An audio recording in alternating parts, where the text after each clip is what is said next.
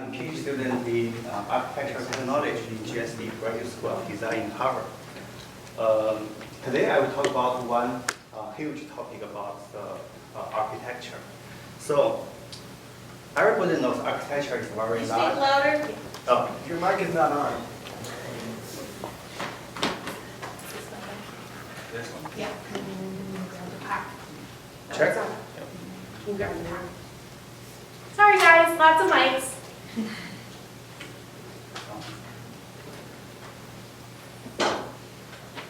Hello. Test. This one. No, that one is on, but that's only for the camera. Hello. That's only for the camera.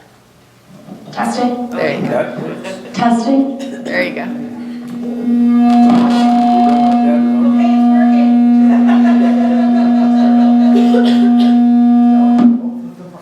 Okay, it's Noise or music? Oh, I use this one. I use this one. Yes. There was some resonance there. It's a nice example. Oh, Okay, guys, sorry, 1 second. I try to use my voice. Don't stand next to the other microphone. Yeah. Yes. Hello. All right. All right. This one's off, you should be good. Check. Yeah. yeah, there you go. Yeah, here we go. Good job. Yeah, thank you. All right. Yep. Yeah. Hello everyone, I'm a PhD student in Harvard Graduate School of Design. My name is Wei Zhang, and today I will talk about a huge topic about architecture. So everybody knows maybe architecture can be traced into ancient Greek in culture, and the profession of architect started in Renaissance in Italy. And today we start from the after Renaissance, from the 17th century to 20th century. I will introduce. Oh, here.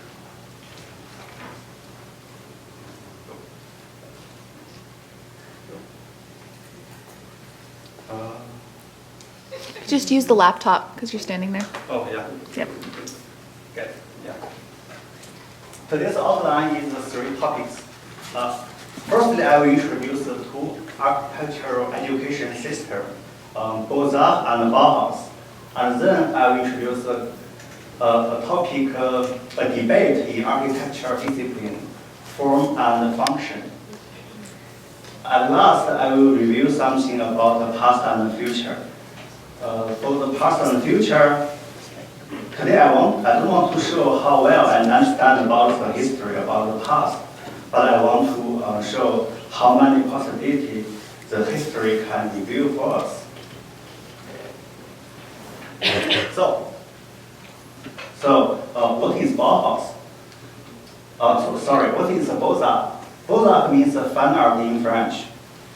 It is an education system empowered by the French nation since 17th century.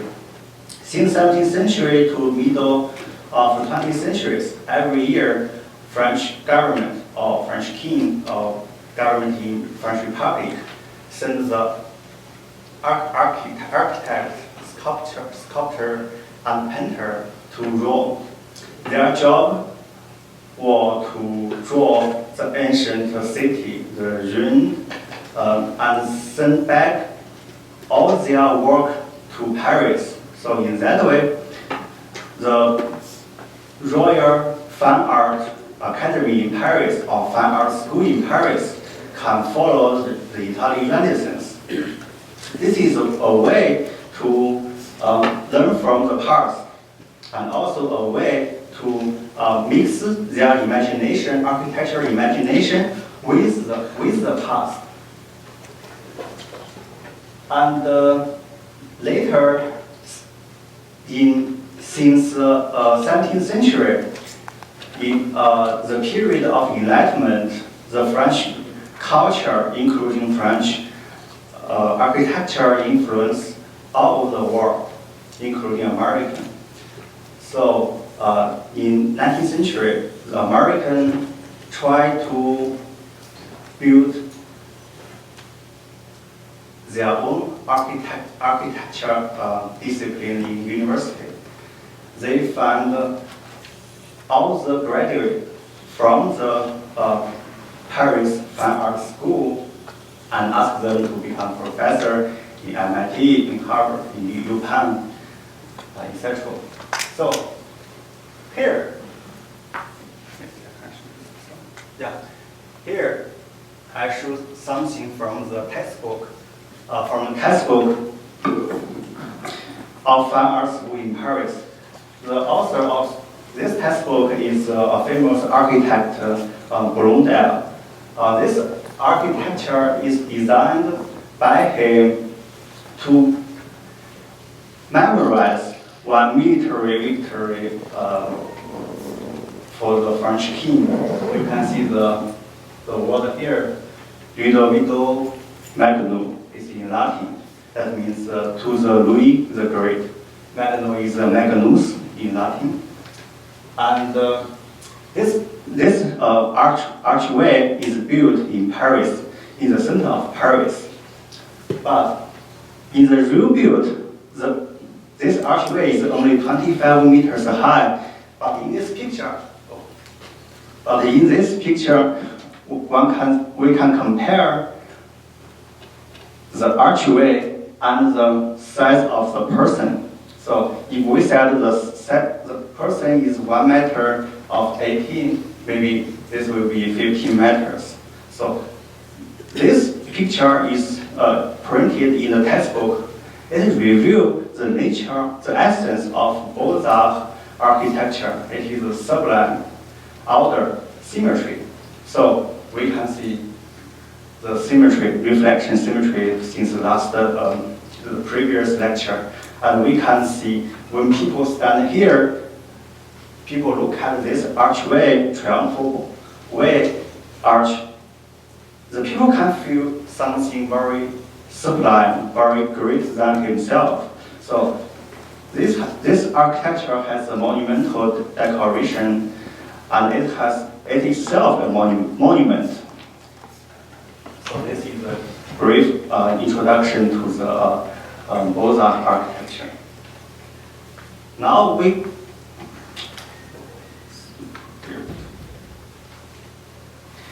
turn to the second education school, Bauhaus. Bauhaus in Germany means building house. This is an art movement and education school since the 20th century in Germany. It includes a very wide range from the art, graphic design, architecture, industrial design, much wider than Beaux-Arts, because Beaux-Arts generally it means architecture, sculpture, painting, 3 domains. And it focuses more on the material instead of the monumental means of the form. Look at this high-rise building in New York. It is a cigarette building finished in 1958. The height is 113 or 14 meters. But compared to the last triumphal arch, we can see many people can work inside or live inside. So this is a building designed and built for people, for humans. And the architecture form for Bauhaus is usually designed for factory, residential building, commercial building, and house. Since the Bauhaus is very famous in worldwide since the 20th century, we use another familiar name for its representation in architecture, international style. So generally, international style in architecture means Bauhaus. So in this higher building, we can also find the function is over the form, and the decoration is very simplified.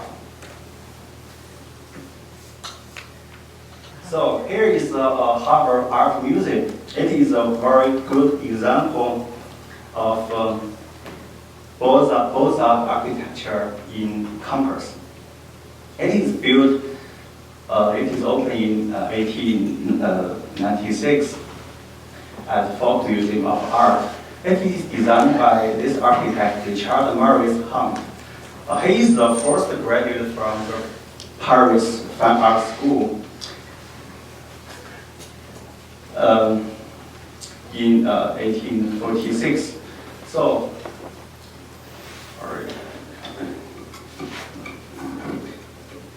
look at this picture. Everybody can see that.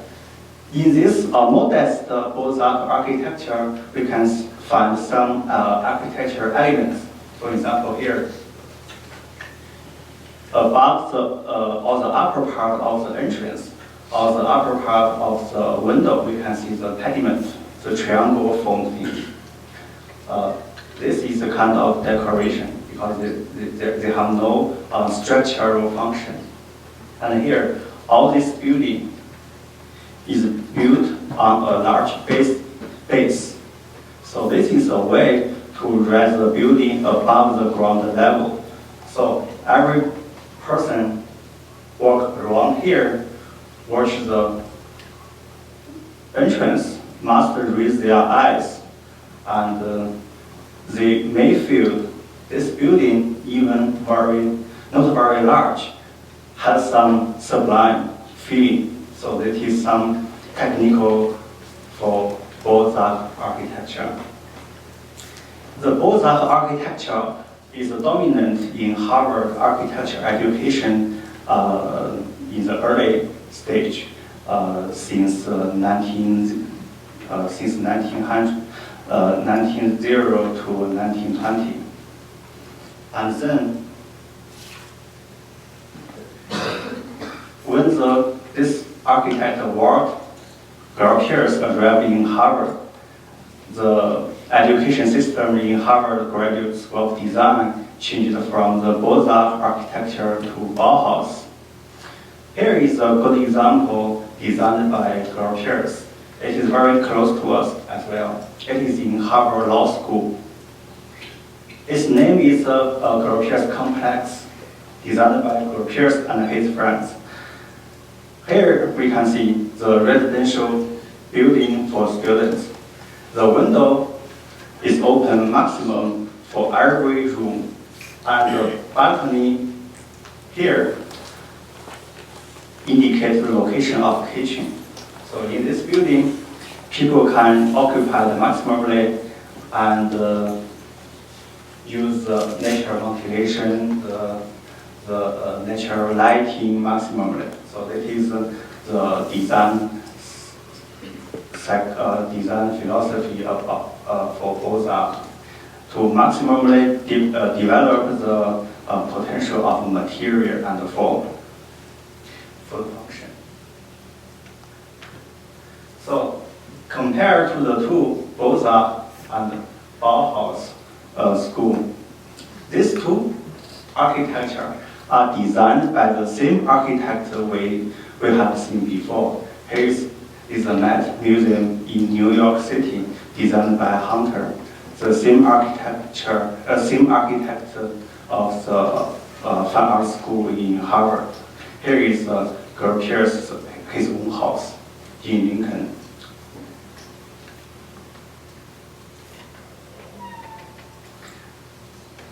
So we list about the two schools. In Beaux-Arts school, it focuses on sublime symmetric form. But in Bauhaus, it focuses on function. And in Beaux-Arts, we can see many pediment decoration as a monumental decoration. But in Bauhaus, it thinks the decoration is useless. And because Beaux-Arts is a French style in 20th century, since 17th century to 20th century, this architecture style mixed with many other styles. For example, French Gothic, Neoclassic, Baroque. So in Bauhaus architecture, we can see a mix of styles. Bauhaus means the rupture from the past.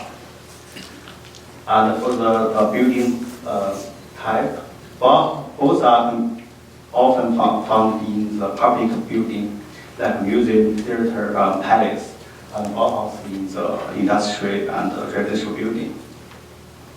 We reform all these elements in these circles. So in the core, we can see the material. Material is a very basic element in architecture design. And then the system. System means a window system, lighting system, heating and ventilation system, and the roof system, even the drainage system. It is a part of the building. From the material to building, it is we need some skills in design. And then the architectural design here means even large, how the building can sit with other buildings in the same area, and how the building can satisfy the function in space, can satisfy the people in usage. And in the very out circle, we can see the three words: to environment, user, and power. To power, it means both are, because both architecture is financed and supported by French nation. So its first client, customer is the French king and French government. All the building need to show the French government's glory, or king's glory. So their design procedure is from the top to down. We need to show something.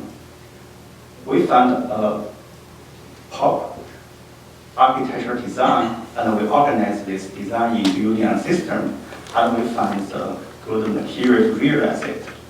But Bauhaus from the German, they start from the material, want to find which materials can suit for this, which function, and this function, how we can plug this function in the architectural design, and then deliver this design to user.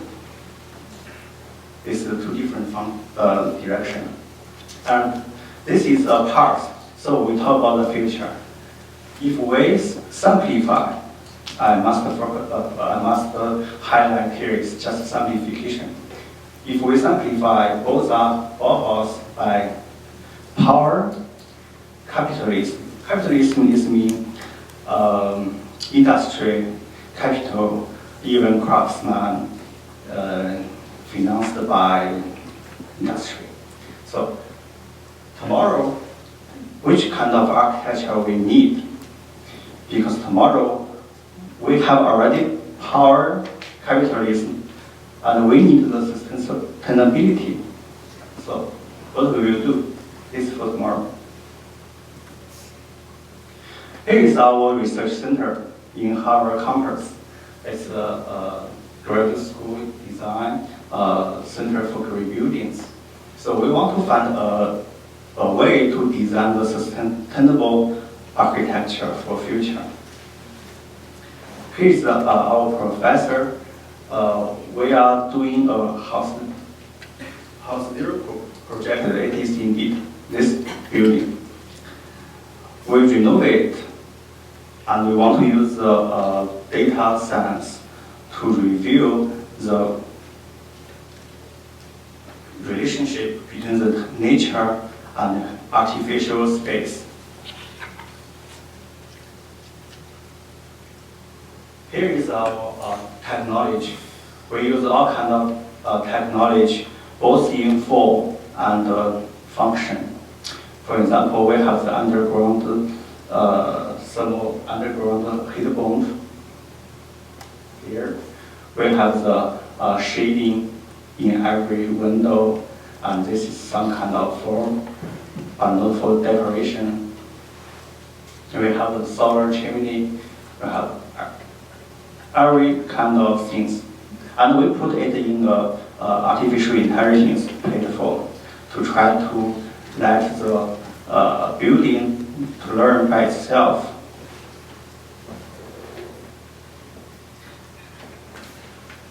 So we compare the past and the future, including the present. In the past, the building used up 40% energy of the nation. Nation is general in China, in Europe, or in the United States. And it costs a lot in maintenance. So we need to change the window every year. We need to change the mechanical system. We even need to renovate its complicated decoration. And it is static. That means it's a shell. It's a shell just standing there. You can see it, you can use it, but it's just static. And in future, we think the building is dynamic. It has its own thinking and own life. And it knows how to evaluate according to the climate and it also can note the change of the environment and inform to the people. It is also self-sustaining. So it means it won't need energy from outside. It can produce its own energy. So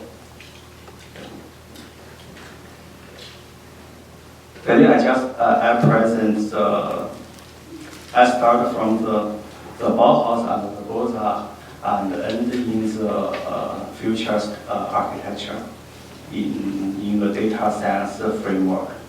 Thank you.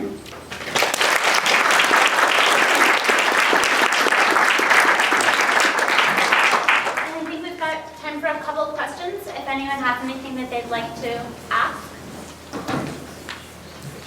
This might be too complex to answer, I'm sure it is, but you speak of artificial intelligence. Yeah. Is this computer controlled then? When I think of artificial intelligence, I think of like robots and, as they said, things are Yeah, done by machines. machines, so I'm not sure exactly how that fits in. Yeah, so it's a good question because there's a long debate about architecture and machinery. So architecture is a machinery. Machine, we can treat the machine as architecture as well. So in your question, artificial intelligence, we use the form of the machine to optimize something. We create an algorithm and write this algorithm in the chips. So basically, we let the architecture understand the word to action. And there's no heavy machine like the foundation system in other buildings. So it's very interesting. We want to minimize the usage of machine by artificial intelligence. Does this answer your question? Or make things complete? Only the last sentence sounds a little confusing, that you want to minimize the machine by artificial intelligence, but the artificial intelligence is a machine, you said. So that confused me a little. The artificial intelligence is intelligence. It's not a machine. Machine is a form. Oh. So we always realize AI by machines. So we think AI is a machine. No, AI is not a machine. Robotics is a form to realize AI. So robot is not AI itself. AI is something like transcendental things like our own intelligence. This is intelligence.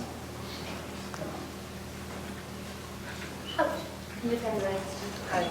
So might one example of that be a shading system over a window that AI would move with the sun to block shadows at certain times of day?